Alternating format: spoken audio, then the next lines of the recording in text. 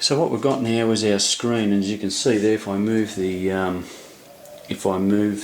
box away, I've just put that there so you could actually get a load of the background there. If I move the transmitter into acro mode, you'll see that change. Horizon mode. Okay, so you can see I'm disarmed. If I arm it, it arms.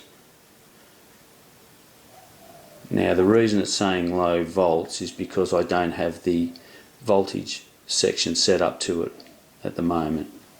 But that would read that, and that would not be there. Engine off. When you turn it off and reset it, you get all your statistics. If you just up with the throttle and come back down again, you get to 0. Now, I've already set the RSSI up on this, but I'll show you how you do it so that so you don't have to do it on your GOWI. So hopefully I'll get this in a view here as well. So what you do is you put this to center, across and then up, and you get this screen. So once you've got your screen set up, it's then a matter of, you can see the little cursor here, you can then flick through with this, and that'll give you all your different pages. Okay, and then of course with this guy here, the up and down, if I take that up, it goes to the 4, up again. Okay, so 4 minutes. Down, thank you. So we're back at page.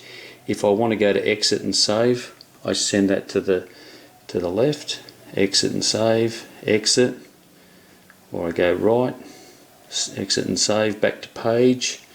So now if I want to go to the next page, I just flick that across, GPS time. So all those menus that you had on the GOWI are now set up in here. So I'll show you how you set up. You're back at the main screen. I'll show you now how you set up or calibrate your RSSI. So you go through to your RSSI screen, and you've got one here called Set RSSI. So now we go up to Set RSSI. Now what I'm going to do, I'm going to hit that and it'll start a countdown from 15 down to 0. You'll see I'm on 100% there. So what I do is when I get below 10, I turn the radio off. The radio goes to 0, so the RSSI turns off and it says 0, and then when I turn it back on again it says 100, and that's how you calibrate it in here rather than change all those around. So let's do that. Let's start the countdown. So 14, 13, I've got to move away a little bit. So we're below 10 now. Turn the radio off. We're going down to 0. Okay, we let it time out. We then turn the radio back on and we're back to 100%.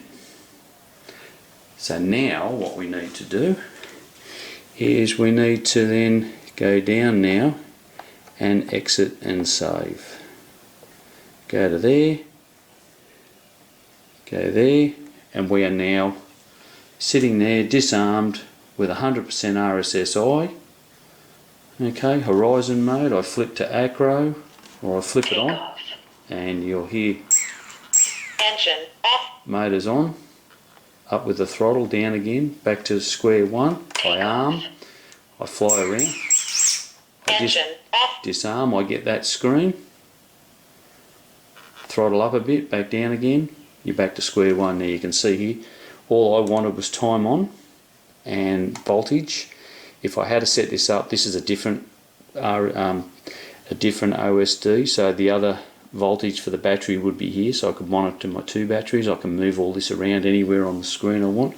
But if I go back to the menu, I can actually adjust the PIDs in here. There's all your P, I and D, so you can actually adjust this out in the field by using your transmitter. I can actually go through and change my rate, my expo, my roll rate, my yaw, my TPA, so I can adjust all that if I've got an issue there. I can adjust my voltage. 4 minutes. I can adjust my voltage there.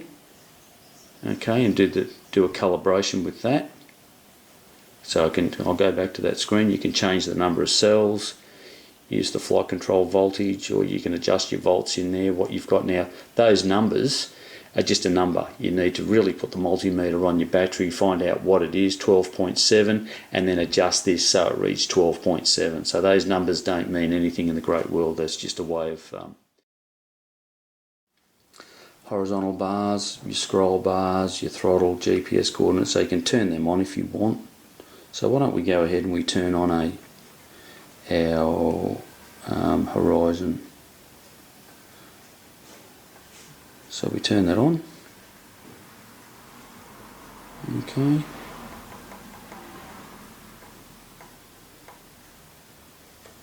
So we do an exit and save. Now we've got that, so if I move that quad around, you'll see that that bar is moving. Now I don't see any real need for that, but anyway, we'll leave that there for the time being. And that's basically how I set up my OSDs.